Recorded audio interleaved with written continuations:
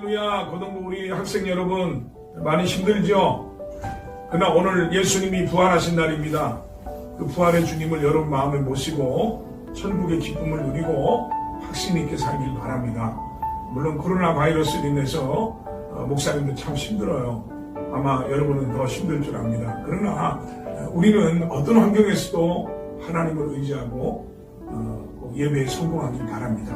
그리고 여러분 바로 그때 여러분의 미래를 한번 좀 생각해보고 꿈을 갖는 그런 시간이 됐으면 좋겠습니다. 그리고 또 목사님도 죽음이라는 것은 두렵습니다. 그러나 그 죽음을 한번 생각해보고 내가 죽고 난 후에 어떻게 될 것인가, 그냥 뭐 지금 끝나는 게 아니라 예수님이 부활하신 것은 우리에게 천국의 문을 열어주신 거예요. 오늘 이 진리를 꼭 기억하고 영상으로 예배드리는 걸 잊지 말고 꼭 은혜 받고 승리하는 부활의 신앙 가진 우리 고등부가 되길 바랍니다.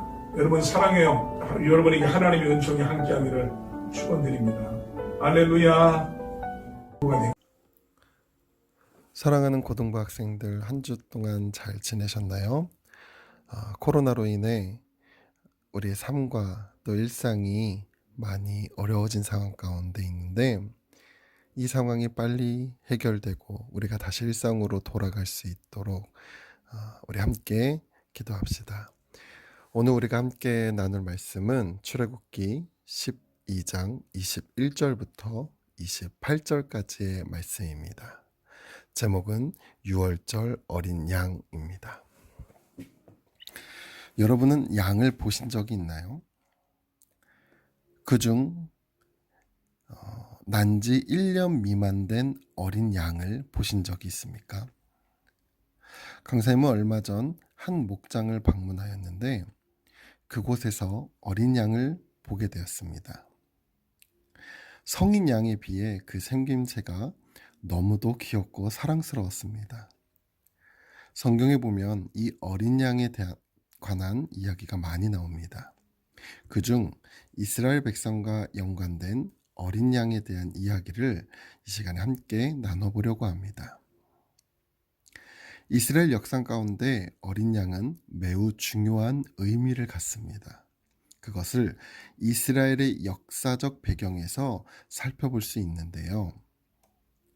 이스라엘 민족에게 중요한 절기 중 유월절이라는 절기가 있습니다. 유월절의 뜻은 넘을 유, 넘을 월을 사용하는데 넘어가다 또는 건너뛰다의 의미를 갖습니다. 이 유월절이 생겨난 배경은 다음과 같습니다. 요셉 이후 자손들은 애굽에 정착하고 번성하여 이스라엘이라는 민족을 이루게 됩니다. 그러자 애굽의 왕은 걱정이 생겼습니다. 자신들보다 이스라엘 민족이 더 많아져 나중에 애굽을 공격하게 될까봐 걱정이 되었습니다. 그래서 애굽의 왕은 이스라엘 백성을 억압할 정책을 펼칩니다.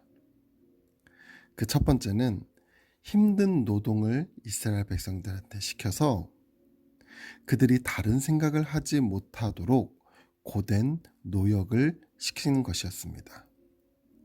두 번째는 이스라엘 백성이 아이를 낳을 때 딸이면 살려두고 아들이면 죽이라는 명령을 하였습니다. 이런 정책 가운데 이스라엘 백성의 고통의 소리는 더욱 커져갔고 하나님 앞에 자신들을 구해달라고 기도합니다. 이때 하나님은 이스라엘을 애굽으로부터 구출해내기 위해 한 사람을 선택하시는데 우리가 잘 아는 모세입니다. 하나님은 모세를 부르시고 그를 이스라엘 백성을 애굽으로부터 구출해내는데 사용하십니다. 모세는 하나님의 말씀대로 애굽의 왕 바로를 찾아가 이스라엘 백성을 풀어줄 것을 요구합니다. 그러나 바로 왕은 몇 번의 모세의 요구에 끝까지 거절합니다. 이때 하나님께서 애굽 땅에 10가지의 재앙을 내리십니다. 첫 번째 나일강이 피로 물드는 재앙을 시작으로 개구리, 이, 파리, 악질, 독종, 우박, 메뚜기, 흑암으로 이어지는 재앙을 계속해서 이어갔지만 바로왕의 마음은 조금도 변하지 않았습니다. 그러자 하나님은 마지막 재앙으로 애굽 땅의 첫 번째 난 것들의 죽음, 즉 장자의 죽음 재앙을 내리십니다.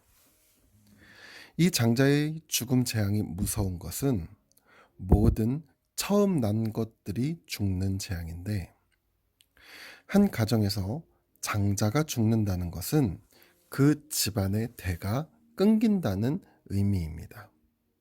결국 이것은 그 가정이 망하는 것이죠. 이것이 확대되어 한 나라의 장자가 죽는다는 것은 결국 그 나라가 더 이상 존재할 수 없다는 의미를 갖는데 이것은 애굽의 멸망을 의미하는 재앙과 같습니다. 근데 여기서 한 가지 문제가 생겼습니다. 10번째 재앙이 내릴 애굽 땅에는 애굽 사람만 사는 것이 아니라 이스라엘 민족도 함께 살고 있었다는 것입니다.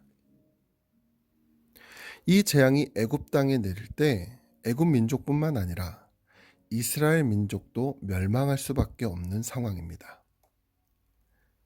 이때 하나님은 모세를 통해서 이스라엘 백성이 이 재앙에서 피할 방법을 알려주시는데 출애굽기 12장 21절부터 22절을 함께 보겠습니다.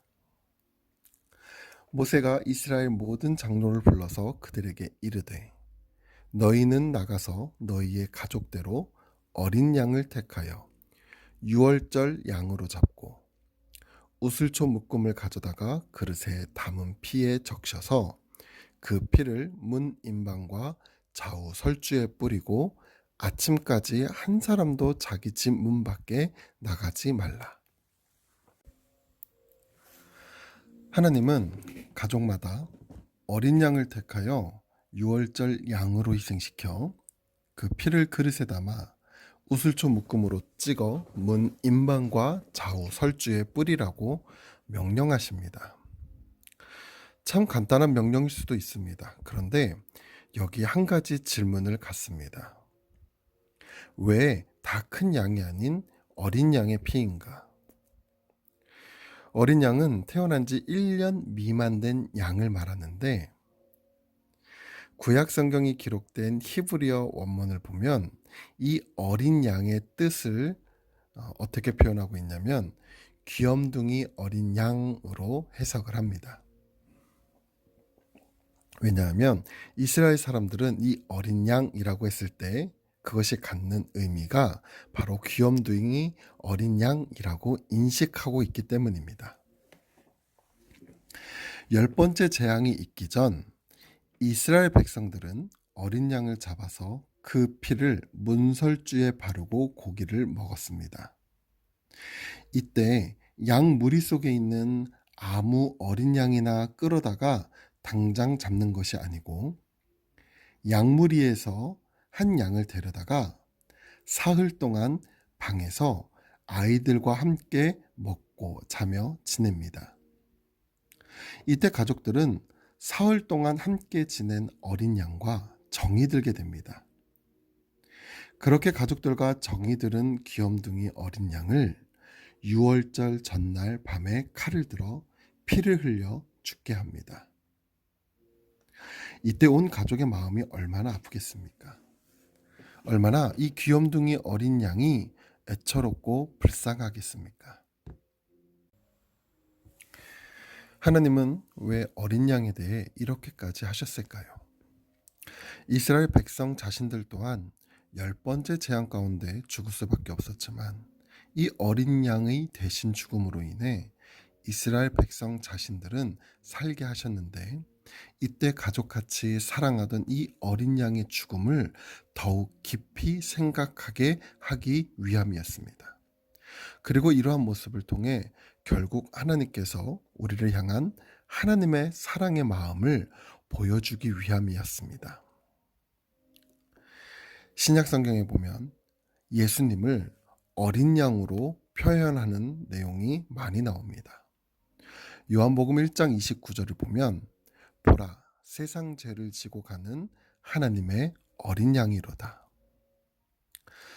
또한 사도 바울은 이를 좀 더 명확히 표현하고 있는데, 고린도전서 5장 7절을 보면 우리의 유월절 양 곧 그리스도께서 희생이 되셨느니라. 예수님께서는 하나님의 어린 양이시로되 구체적으로는 유월절 양이 되신다는 말씀입니다. 이스라엘 백성들에게 있어서 이 어린 양은 그들이 당한 죽음의 문제를 해결하는 아주 귀한 존재였습니다.